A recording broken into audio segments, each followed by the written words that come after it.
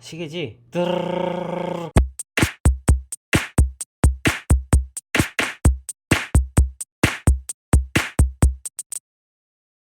안녕하세요. 웹 비주얼 아트 코딩하는 남자 코나미입니다. 오늘 강좌는 움직이는 웹사이트를 만들기 위한 업그레이드 버전, 바로 키프레임입니다. 와우! 이전 강좌에서 움직이는 웹사이트를 만드는 방법으로 트랜지션을 소개해드렸는데, 트랜지션과 키프레임은 어떤 차이가 있냐면, 트랜지션은 변화하는 속성이 있을 때 작동을 합니다. 예를 들어 마우스를 올리거나 클릭을 했을 때 변화 전과 후에 대한 변화값이 있어야 작동되는데, 키프레임은 변화값에 대한 반응도 할 수 있고 처음부터 스스로 작동되게 할 수 있습니다. 그리고 반복도 가능하고 순차로 진행했다가 역방향으로 진행할 수 있습니다. 키프레임을 알아보기 전에 키프레임을 사용하기 위해서는 애니메이션이라는 속성도 알아야 합니다. 요약해서 설명을 해드리자면, 키프레임으로 모션을 만들고 애니메이션으로 모션을 적용한다고 할 수 있습니다. 자, 그럼 먼저 키프레임에 대해 알아볼까요? 네이버에서 용어사전을 통해 알아보았는데, 멀티미디어 응용에서 블라블라블라, 컴퓨터 애니메이션에서 블라블라블라, 키프레임 사이에 화면 이동이 자연스럽게 생성되도록 한다. 이 부분이 키포인트가 되겠네요. 예를 들어서 왼쪽에서 오른쪽으로 이동하는 엘레먼트가 있다고 하면, 키프레임은 처음 위치와 끝 위치 지정만으로 자연스러운 애니메이션 효과를 얻을 수 있는 것입니다. 키프레임은 두 가지로 지정할 수 있는데, from과 to로 시작과 끝을 지정할 수 있고, 0%에서 100%까지 한 땀 한 땀의 키프레임을 지정할 수 있습니다.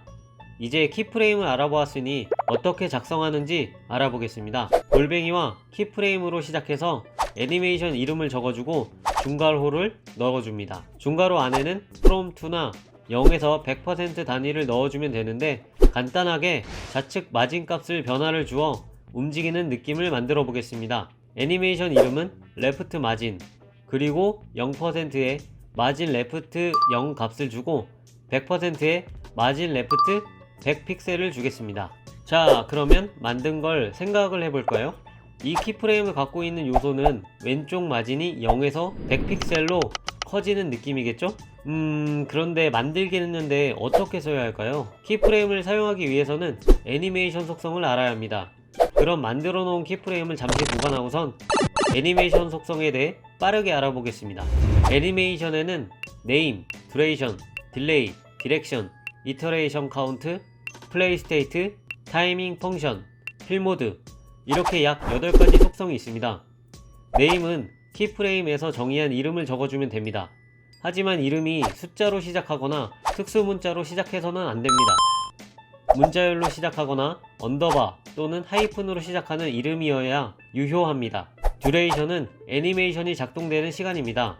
S의 초 단위와 MS의 밀리초 단위를 사용할 수 있으며 0%에서 100%까지 변화하는 시간을 지정하는 것입니다. 딜레이는 지연 시간입니다. 애니메이션 값이 적용된 요소가 로드가 돼서부터 지연 시간 후에 애니메이션이 작동됩니다. 디렉션은 재생 방향을 정의하는 속성입니다. 기본값은 재생이 한번 끝나면 첫 프레임부터 다시 시작하는 노멀이며, 숨 방향과 역방향을 번갈아 재생하는 알터네이트, 반대로 진행하는 리버스 등등으로 설정할 수 있습니다. 이터레이션 카운트는 이 애니메이션이 몇 번 반복될지 지정할 수 있습니다. 보통은 한 번 또는 인피니티 값으로 끝없이 계속 반복되게 지정할 수 있습니다. 플레이 스테이트는 애니메이션을 멈추거나 다시 시작할 수 있습니다. 타이밍 펑션은 전환 효과입니다. 애니메이션이 일정하게 진행하거나 점점 빠르게, 점점 느리게, 빨랐다가 느리게 등 설정할 수 있습니다. 필 모드는 애니메이션이 시작되기 전이나 끝나고 난 후 어떤 값이 적용될지 지정할 수 있습니다. 속성 값으로는 뭐 없음, 그리고 앞으로와 뒤로 양방향으로 작동하는 값을 부여할 수 있습니다. 지금까지 알아본 8가지를 일일이 적어주면 코드가 너무 길어지고 코딩하는데 시간이 많이 걸리기 때문에 보통은 함축해서 사용합니다. 함축 사용 방법은 스타일로 애니메이션만 적어주면 됩니다. 속성 값으로는 처음부터 이름, 시간, 펑션, 딜레이, 카운트, 디렉션 순으로 이렇게 적어주면 일일이 적어준 거와 똑같이 적용됩니다. 크아 후 이제 예제로 만든 키프레임을 다시 기억을 살려서 작동시켜 보겠습니다. 무브라는 클래스를 만들어서 애니메이션 속성을 부여하고 애니메이션 이름으로 키프레임으로 만들었던 레프트 마진, 그리고 1초 동안 일정한 속도와 영원히 반복하는 값, 그리고 0에서 100%로 100에서 0으로 와리가리 하도록 반복하는 값을 주겠습니다. 그런 다음에 HTML 페이지에서 div 하나를 만들고 안쪽에 애니메이션이라고 텍스트를 입력하고선 div에 만들어 놓은 클래스를 주겠습니다. 바로 웹에서 결과값을 확인해 볼까요? 와우! 요소의 좌측 마진값이 1초 동안 0에서 100픽셀로 커졌다가 작아지는 효과가 작동되는 걸 볼 수 있습니다. 요점을 한 번 더 정리하면 키프레임으로 코어를 만들고 애니메이션으로 작동시키는 겁니다. 자, 그럼 알람 시계가 울리는 효과를 만들어 볼까요?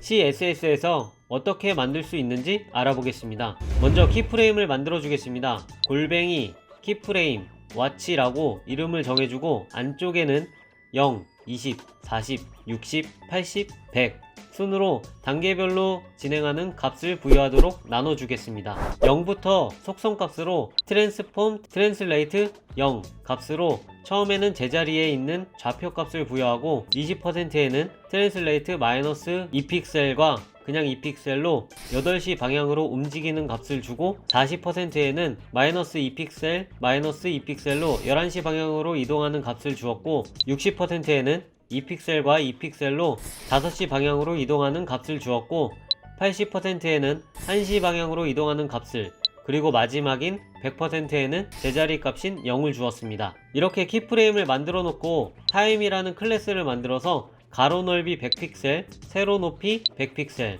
백그라운드로 이미지를 넣었는데 요소의 중앙에 위치시키고 요소의 크기에 100% 비율로 맞추고 반복은 안하는 값을 주었습니다.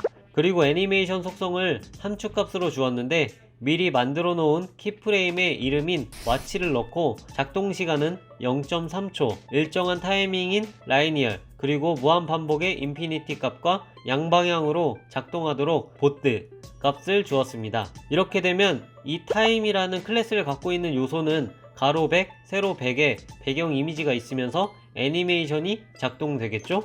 그럼 HTML로 이동해서 요소를 만들어 보겠습니다. div를 만들고 CSS에서 만들었던 타임 클래스를 주면 끝! 웹에서 결과값을 확인해 보겠습니다. 뺨!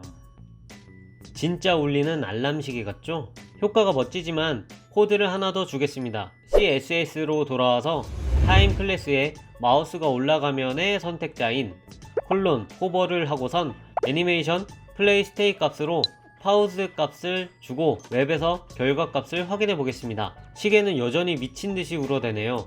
이제 시계 위에 마우스를 올리면 멈춰서 잠시 쉬는 모습을 볼 수 있습니다.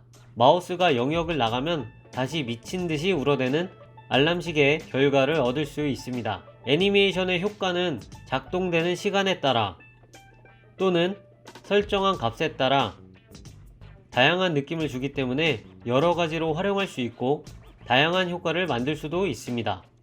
오늘 알아본 키프레임과 애니메이션을 활용해서 앞으로는 더욱 다양한 모션을 만들어 보고 실질적으로 어떻게 적용되는지 레퍼런스도 알아보겠습니다.